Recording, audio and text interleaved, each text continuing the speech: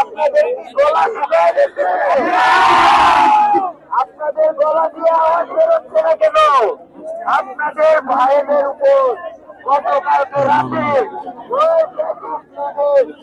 ঘন্টা ঘন্টা হামলা চালিয়েছে। করে থাকেন আমি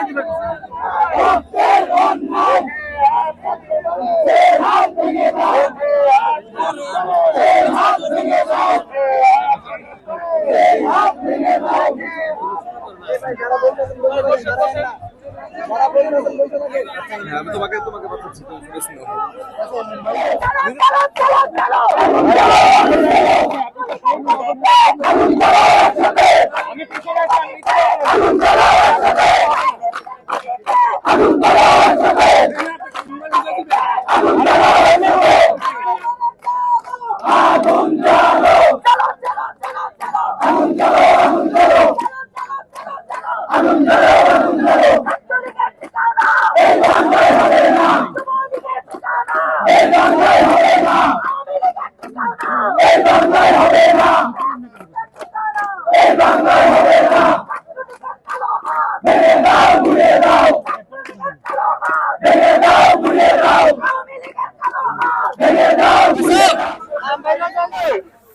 নিরাপত্তা দিতে হবে।